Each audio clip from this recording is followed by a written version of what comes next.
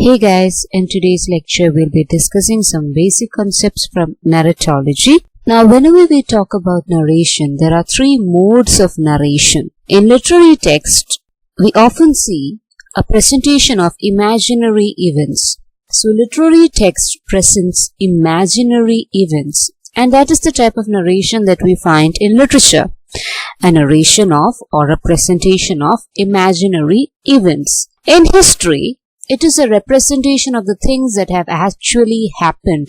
So whenever you are narrating history, you are representing things that have actually happened in the past. When it comes to philosophy, these are meditations on abstract or concrete things. So when you meditate or when you think about certain abstract conceptions or on some concrete things, when you talk about it or when you think about it, then that is a form of narration that's there in philosophy. So there are three modes of narration in literature. It has more to deal with imaginary events. In history, it is a representation of something that has actually happened in the past. And then in philosophy, these are meditations on abstract as well as concrete things. These are thoughts on abstractions, ideas as well as concrete things. Now, narration in literature consists of three elements. They are the plot, the basic outline of the story, the plot, the story, and the sequence of events unfolding as action. Now we may deal with it in detail in another lecture, this first part. The plot, the story, and the sequence of event unfolding as action constitutes narration in literature. Now, narration is technically called diegesis or telling of a story. Now, what do you mean by narration? Narration is the telling of the story. A technical term for narration is diegesis. Okay, diegesis or the telling of the story. Now, whenever we are focusing on narrative theory or theories on the telling of the story, there are three elements that we need to focus on. One is the author of the text. The second is the text itself, and the third is the reader of the text. So far we have been discussing text-oriented approaches, right? In this lecture we will be focusing on the author as well as the reader. So in narrative theory focuses on three elements: the author, the text, and the reader. Now, who is the author of a text, or who can be considered as the author of a text? Let's take Edgar Allan Poe for that matter. Now you all may know that Edgar Allan Poe was a famous poet and short story writer, and he belonged to the era of Romanticism in American literature. So he was a famous writer in American literature. He's still regarded as a great romanticist in American literature. And now Edgar Allan Poe is the flesh and blood author.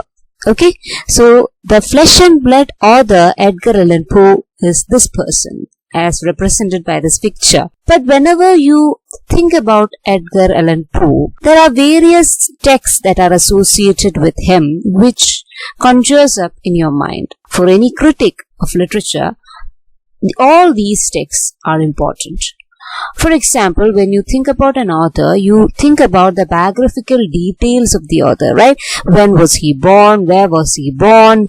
How was he influential? What was the genre in which he wrote? Then you will be discussing the biography of the author, if he had written any biographies for that matter. If he had written an autobiography, then that will be taken into consideration. If he has written a work in which he tells about the process of his creation, then that also will be taken into account.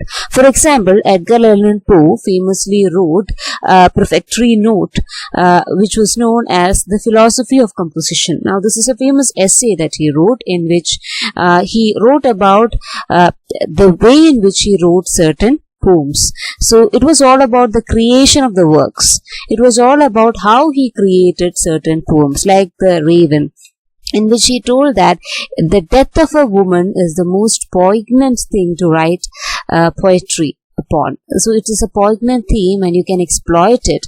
And the best lips suited for such a poetry is the lips of a bereaved lover or a separated lover. So he always had this concept in his mind. If you have ever read his Annabel Lee, the famous poem, or if you have ever read his Raven, you would come to know that he portrays this theme of separation or bereavement from the beloved. And the same can be seen in his philosophy of composition, in which this is an essay, but in which he basically talks about how he wrote these works. So what was the inspiration behind writing these works? Okay. And then there are n number of biographies which are written in the name of Edgar Allan Poe. So whenever you are talking about the author Edgar Allan Poe, all these biographies also come to play. All these biographies also play a vital role in knowing the author, right? Your first impressions on the author comes from the biographies.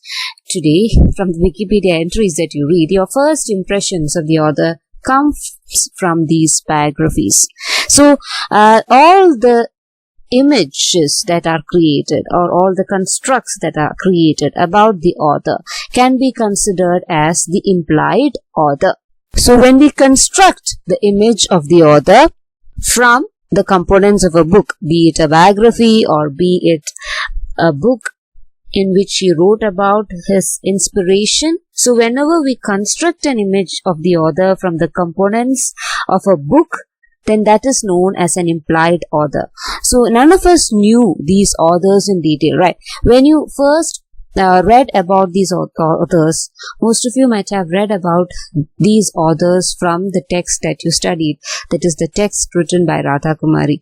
Most of the British authors, you were familiarized with them through these texts, right? You became familiarized with these authors from these texts by reading these history of English literature texts. So in those texts, it was written when was he born, where was he born, what were his major works, who were the influences, or he was influenced by what all writers. All these ideas are there which make up the implied author. So the real author is the flesh and blood author, and we may not know him in person, but the assumed author is the implied author, and we come to know about the author through the biographical entries, through the informations that he himself has given us, through the prefatory notes or through the biographical sketches that he himself has written. So all these comes to play in construction of the identity of the author, which is known as the implied author. I hope that it was clear. I hope the concept of implied author was clear. Now to further elucidate, in reading, an implied author is the version of the writer that the reader constructs based on the text in its entirety. Now, based on the text in its entirety means when we read a text, we come across an author, right? So, that is one version of the author. When we read a text, there will be some kind of a biographical entry at the beginning of the text or a prefatory note at the beginning of the text. If you have ever read lyrical ballads, you know that in lyrical ballads, Wordsworth stated his aims in writing romantic poetry. So that was his way of talking about his poems, or his way of talking about his composition. Or as I said before, when Edgar Allan Poe wrote his poems, he also wrote an essay known as The Philosophy of Composition, in which he wrote about how he wrote these poems. Okay, so from all these biographical details and from all this material that are available outside, we will be able to conjure up an image of the author, or we will be able to construct an image of the author. And this author is called the implied author, or the model author, or the abstract author who lies within our thoughts. He is also the inferred author. So whenever we are thinking about the author, we are thinking about this image of the author that we have constructed from the biographical details that we had in our hands. Okay? So that is the implied author. Now the concept of implied author was again introduced by a new critic. It was introduced by an American literary critic, and his name was Wayne C. Booth. And he has written about this implied author in his famous work, The Rhetoric of Fiction, in which he writes, however impersonal an author may try to be, his reader will inevitably construct a picture of the official scribe who writes in this manner. So no matter how the author tries to be impersonal, no matter how he tries to be objective about his work, the reader will inevitably construct a picture of the person who has written this work or who writes in this manner. Right. When you read The Ministry of Utmost Happiness, you know where Arundhati Roy's leanings are, even though you may not know her in person. Right. When you read Canterbury Tales, you know what Chaucer meant or whom Chaucer favored, even though you don't know him. And he lived centuries before you were born. So that is the thing. You will be able to create a picture or construct an image of the author from the biographical sketches that are there, from the writings that he has already written, etc. So this is known as the implied author. And the concept was first put forth by the American literary critic Wayne C. Booth in his famous work, The Rhetoric of Fiction. Now, we spoke about the author. Now, the second person that we need to focus upon whenever we talk about narratology is the narrator. Now, who is a narrator? Now, the narrator is the teller of the story within a novel. So, when you take a novel or when you take a short story, there will be a person who tells the tale, right? So, the teller of the story within a novel, within a work of fiction is called a narrator. So, the narrator tells the story. He or she is not the real life and blood author or the novelist. So often whenever you talk about the narrator, there is a tendency to equate him with the author. No, the narrator is not the author. He cannot be equated with the flesh and blood author or the novelist. The narrator could be a character in the novel or a voice that stands for the real and flesh and blood novelist. Okay? Keep this in mind. The narrator can be a character in the novel or he can be a voice that stands for the flesh and blood novelist. So the novelist might not be present in a text, but there will be an authorial voice who stands for the flesh and blood novelist. Even when you write autobiographies, this is the thing. Right, a person writes an autobiography, but more often, a person does not project his true self through the autobiography, no matter who he is. He won't be writing each and everything about him in minute detail, right? He will be omitting all those areas which he thinks to be shady. Some writers do that. Others may include all the things about them, but still there is a kind of a censure that the author puts. He will always try to edit out those events from his life which he thought as unfavorable, right? This is always there. So the authorial voice which stands for the flesh and blood author can also be considered as a narrator. So the narrator can be a character in the novel or it can be a voice which stands for the flesh and blood novelist. Now there are various kinds of narrators. Especially in narrative theory, we give them specific names and terms. Now we shall take a look at some of the major types of narrators in narration or in narratology. So the types of narrator. The first type is the heterodiegetic narrator. So the first type of narrator is the heterodiegetic narrator. Now a heterodigetic narrator is a narrator who exists outside the story or diegesis. As I said, telling of the story is called diegesis. So a narrator who is outside the story or diegesis is called a heterodiegetic narrator. A narrator who is outside the story or diegesis and he or she is narrating a story in which he or she is not a part of. A narrator who is outside the story he or she is narrating is called a heterodiegetic narrator. A narrator who is outside the story he or she is narrating is called a heterodiegetic narrator, which means that the narrator is nowhere inside the story. The narrator is not inside the story, but he is narrating a story. So, if a narrator narrates a story without being in a story, that is by being outside the story, then that is known as a heterodiegetic narration. Again, to reiterate, a narrator who is outside the story, he or she is narrating. So if a narrator is outside the story that he or she is narrating, then that is a heterodiegetic narrator. Now this type of narrator is also known as, or the narrative that the heterodiegetic narrator tells is known as a third person omniscient narration. Right? So when you read some tales, it is as if there is a narrator, but the narrator is not inside the story, the narrator is outside the story that he or she is narrating. Okay, it feels like it. For example, you may be familiar with Charles Dickens's famous work, A Tale of Two Cities. And how does it begin? It begins thus. It was the best of times and it was the worst of times. So you have a narrator who is outside the story, who is narrating a story. Okay? A narrator who is outside the story or who is outside the diegesis, and he is narrating a story. So the story that a heterodiegetic narrator narrates is known as a third person omniscient narrative. Omniscient means all-knowing narrative.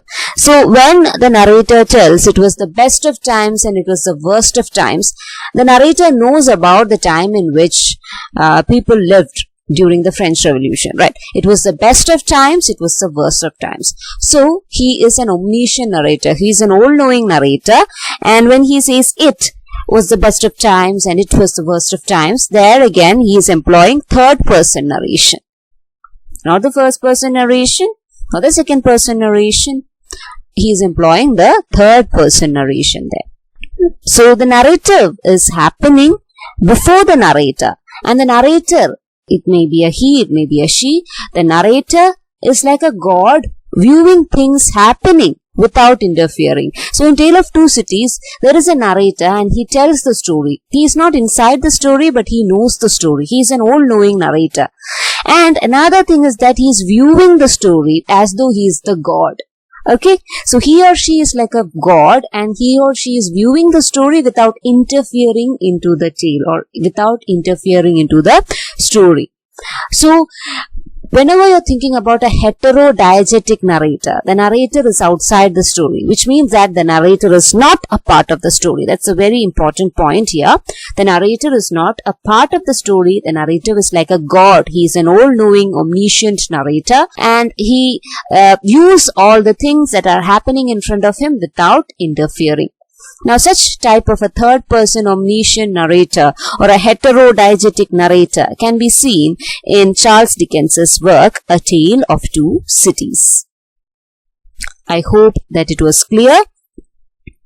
Moving on to the second type of narrator. Now, this is known as homodiegetic narrator.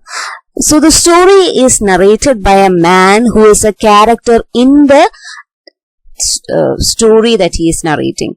The story is narrated by a man who is a character in the story that he is narrating. Let's take for the matter The Great Gatsby. Now, how does The Great Gatsby begin? In my younger and more vulnerable years, my father gave me some advice that I have been turning over in my mind ever since. Whenever you feel like criticizing anyone, he told me, just remember that all people in this world haven't had the advantages that you have had.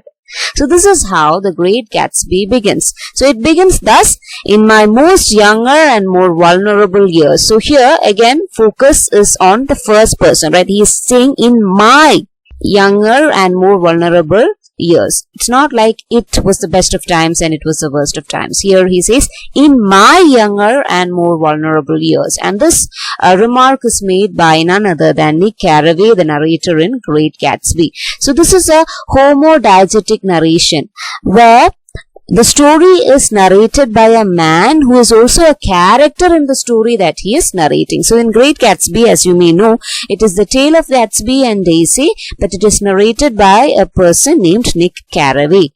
So this is a story narrated by a person who is within the story.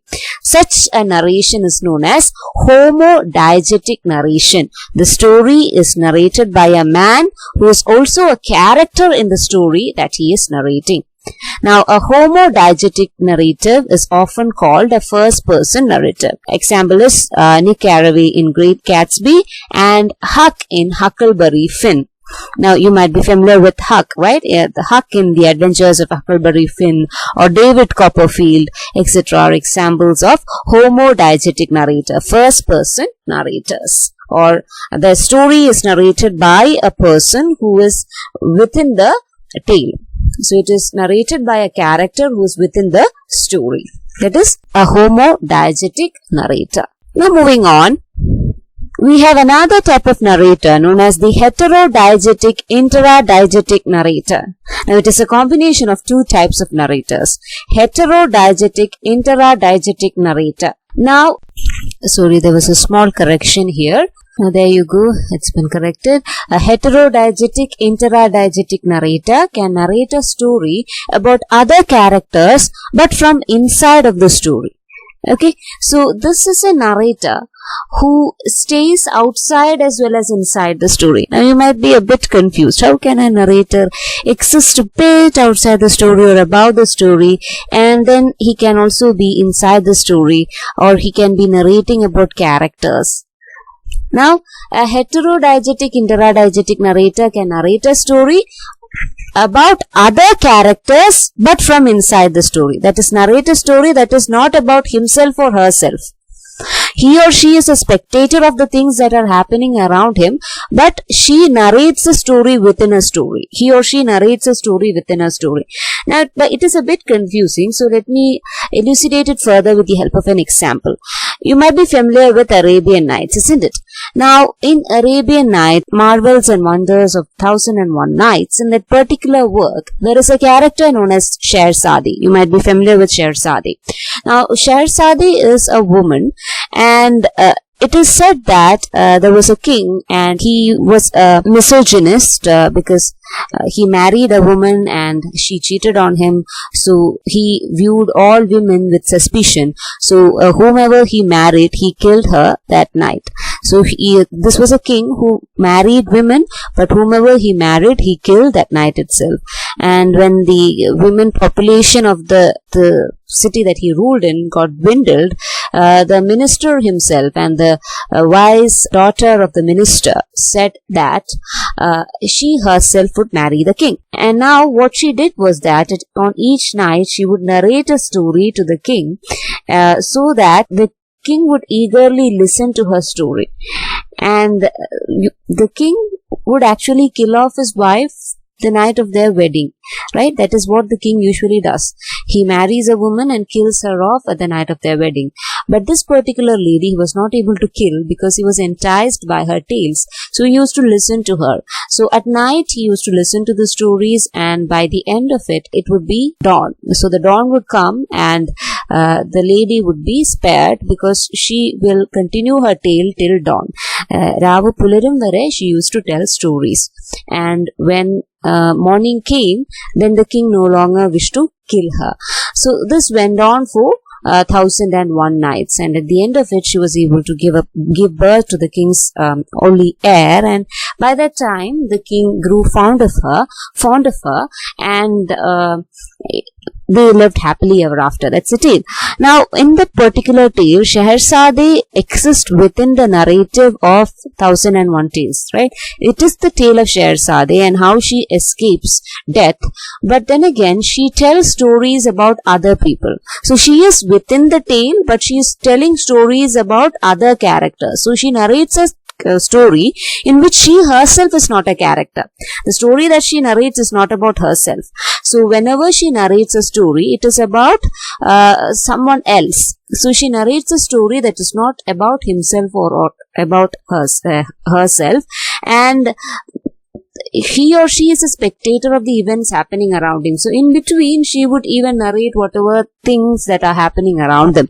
Another example of a Heterodigetic Interdigetic narrator can be seen in the Vikram Vedal stories, right? You might be familiar with the Vikram Vedal stories, in which there was a famous king called Vikramaditya, and he went to a jungle. Vedal, or a kind of a ghostly figure, accompanied him, and the same thing happened there too.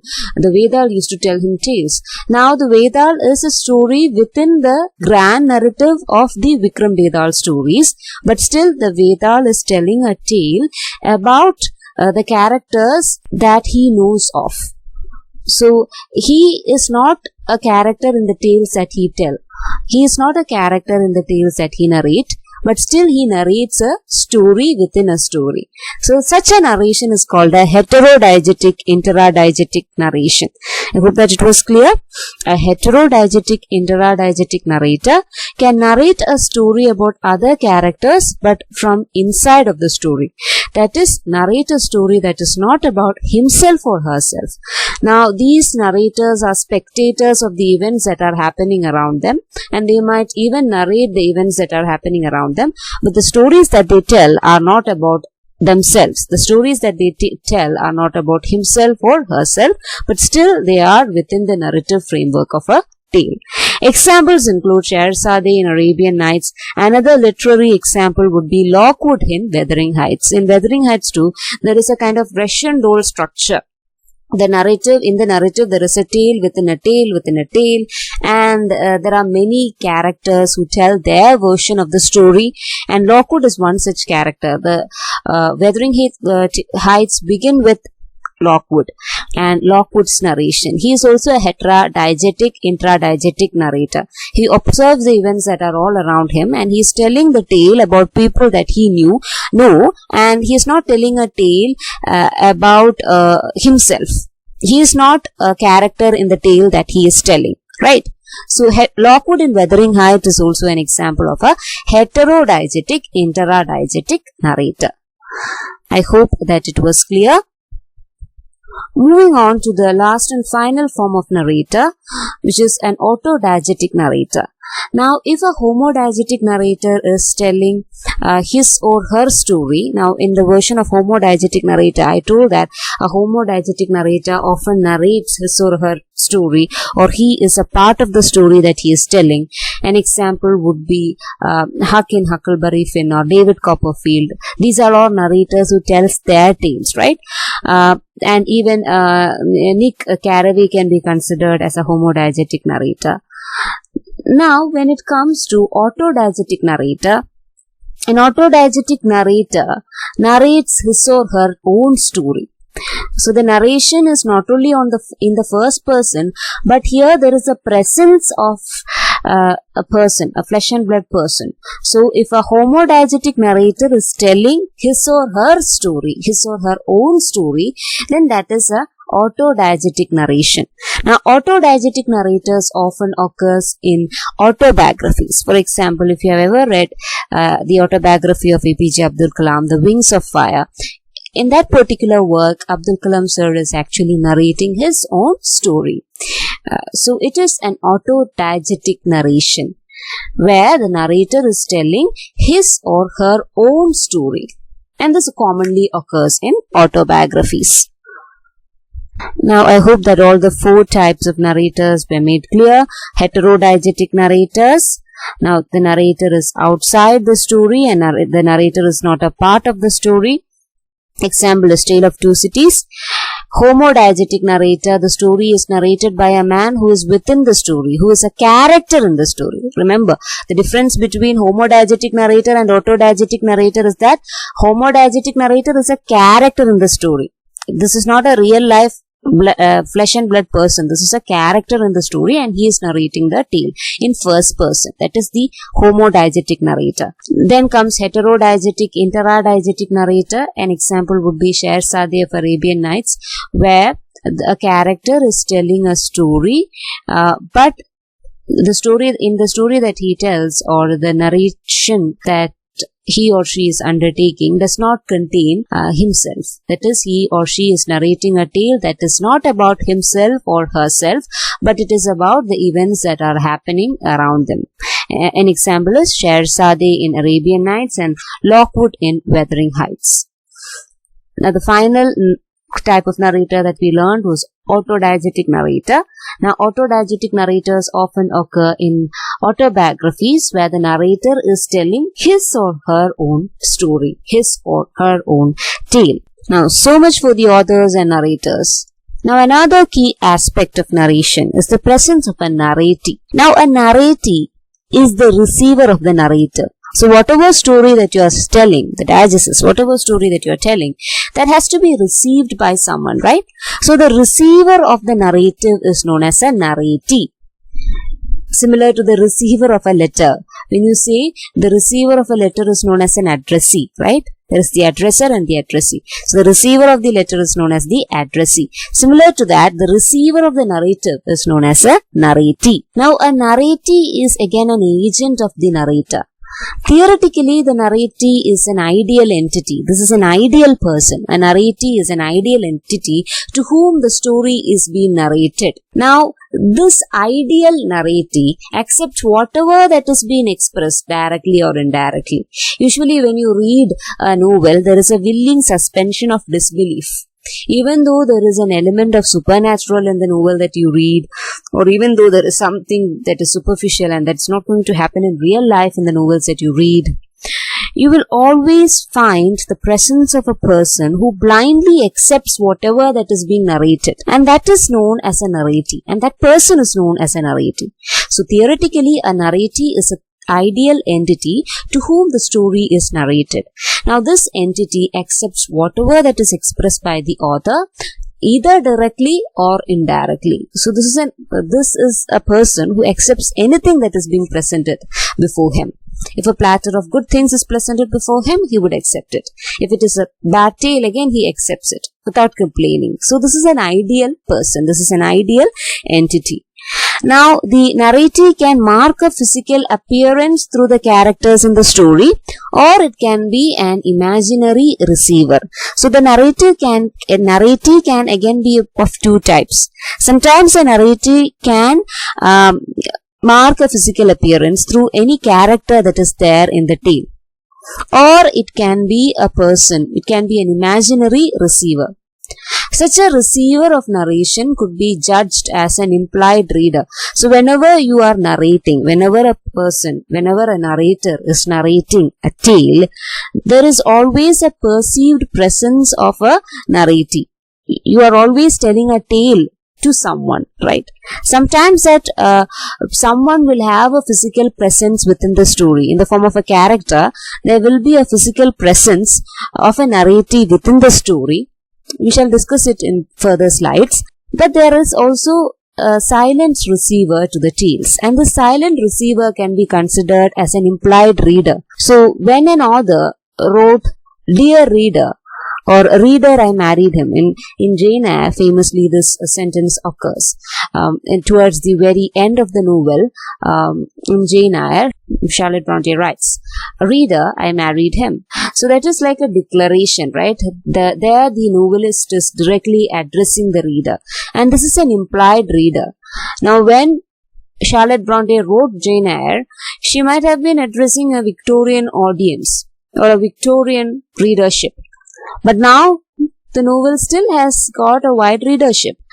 So when Charlotte Bronte wrote the novel, she never knew that she would be addressing a undergraduate student in Kerala University when she wrote, "Reader, I married him." But when we read the tale, we are also readers. So we are the real readers. We are the flesh and blood readers. But whenever the writer writes a tale, often he addresses an ideal reader who accepts whatever that he gives. So this ideal reader is called a narratee.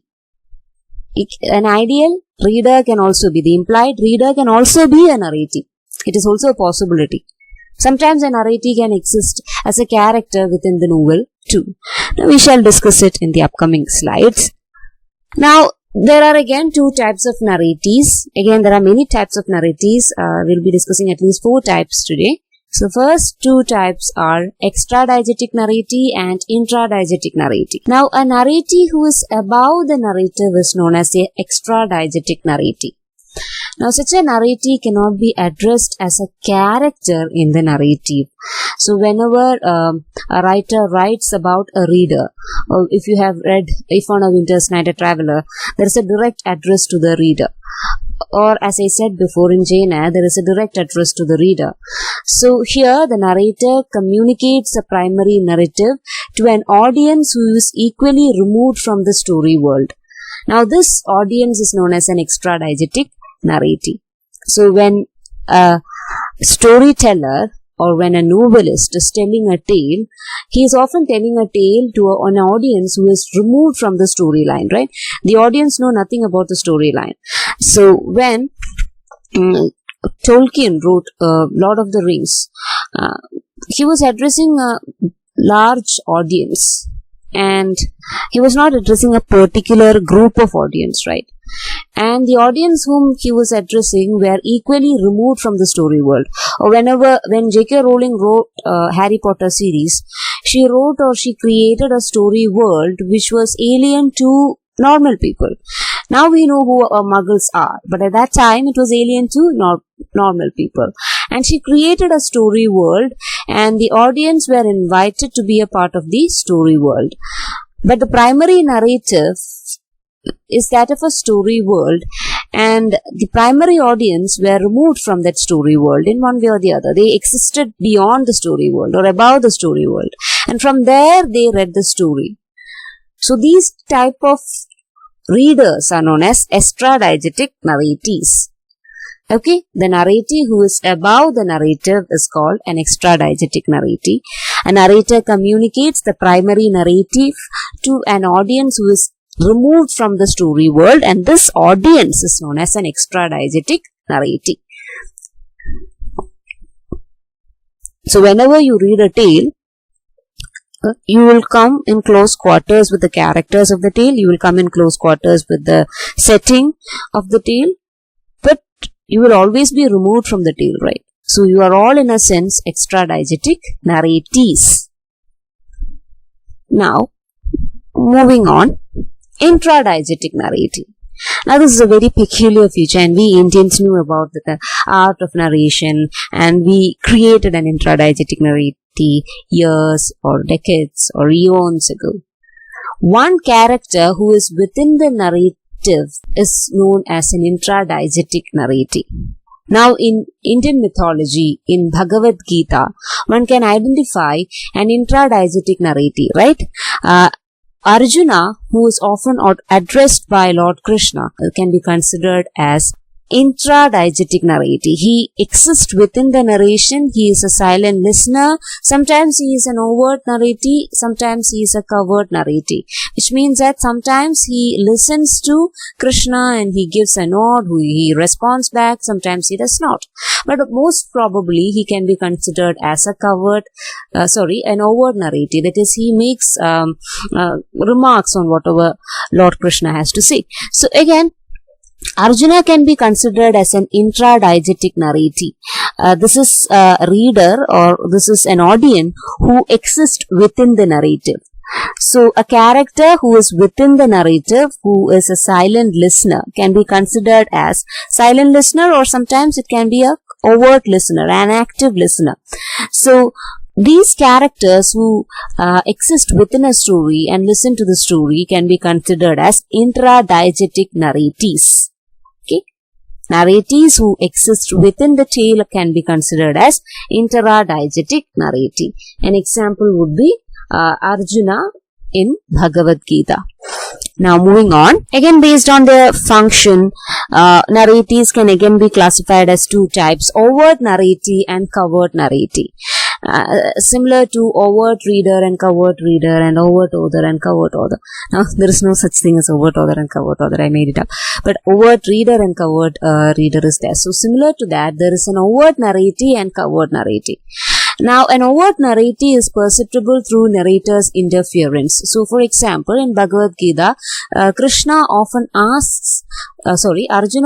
asks Krishna frequent questions, right? So, he can be considered as an overt narrative. The narrator makes inferences from whatever that the narratee has to say, or the narratee is participating in a kind of a dialogue with the narrator. So, that is an overt narrative. Now, if you have ever read The Reluctant Fundamentalist, in that novel too, you can see an overt narrative, which means the story is narrated by a person named Changgis, and he is narrating the story to a person, and he is later revealed to be an FBI agent or something. I don't remember, but he is a hidden agent, and Changiz is narrating the stories to this hidden agent. Now, when through Changiz himself, through the narrator himself, we come to know that the person to whom he is narrating the tale is showing visible signs of aggression at times, or he's showing signs of interest in the tale, he's showing signs of aggression, he's showing signs of restlessness. So through Changiz we come to know about the narratee to whom the tale is being told. So this is an overt narratee.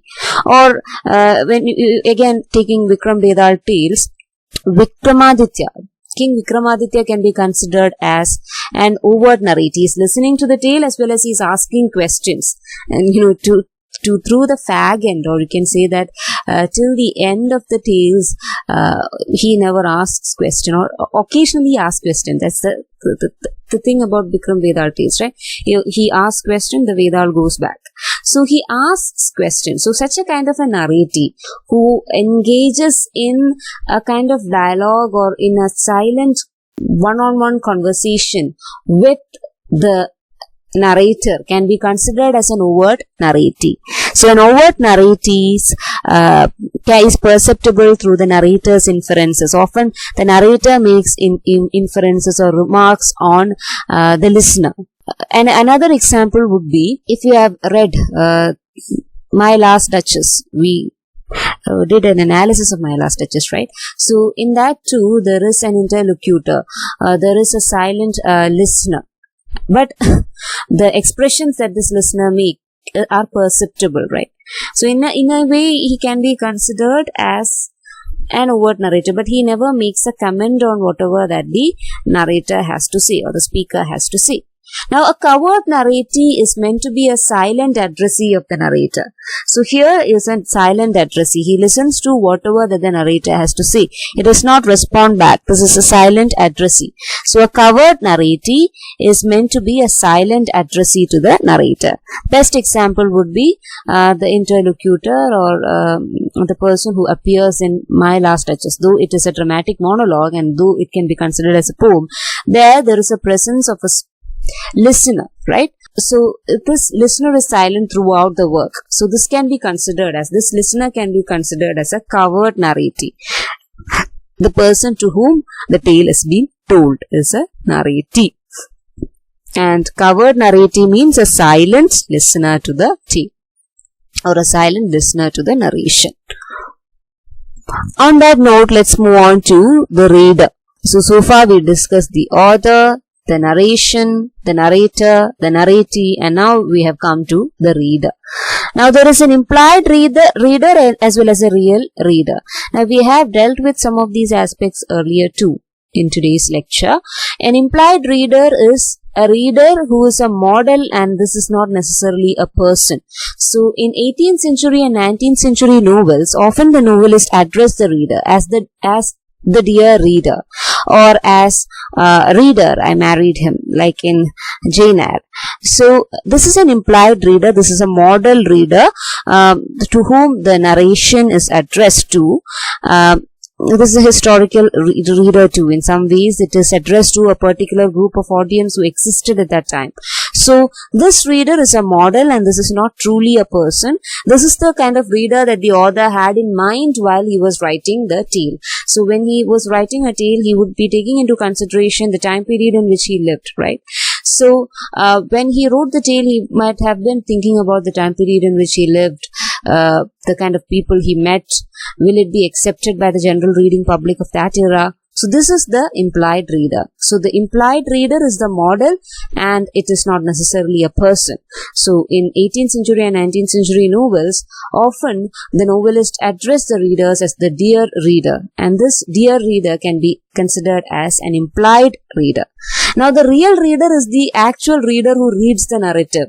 So it can be a person here in Thiruvananthapuram in University College, undergraduate student reading a novel. He can be considered as a real reader. Though when Jane Eyre was written, Charlotte Bronte never thought about addressing the undergraduate student from 2021, right? So that's always there. So the real reader is the one who reads the narrative. So the one who reads the narrative can be considered as a real reader. So much for reader. So there are two types of readers, implied reader and the real reader. Implied reader is a model and this is not necessarily a true person, and real reader is the actual reader who reads the narrative. Real reader is otherwise known as actual reader. Moving on, I have just included a picture, a diagram to further elucidate whatever that we taught today. So this is how it exists. This is how it can be discerned. So there is a real author and there is a real reader, and they exist outside the text. Now this is the narrative text. So this first big box is the narrative text, and within the narrative text there can be a narrator who tells the tale and there is a narratee who listens to it. Okay, the narrator who tells the tale and the narratee who listens to it. Now again, within the narrative text there can again be a story world where there are characters. The narrator might be telling about the tale about other characters, or the narratee may be listening about a story about other characters. So in the story world there are different characters, and I've just mentioned two characters for the time being. So imagine there are two characters in the story world and the narrator is telling a tale about the two characters in the story world. The two characters often interact with each other, right? They talk with each other. Their dialogues are also written in the book. And there is the narration that is done by the narrator and the narratee listens to it. And this all happens within the narrative text. Outside it exists the real author of the text who wrote the tale, and outside it exists the real reader who actually reads the tale. So I hope that it was clear. I hope the diagram made it clear. If you have any doubts, you can ask me at any time. Thank you for listening. Take care.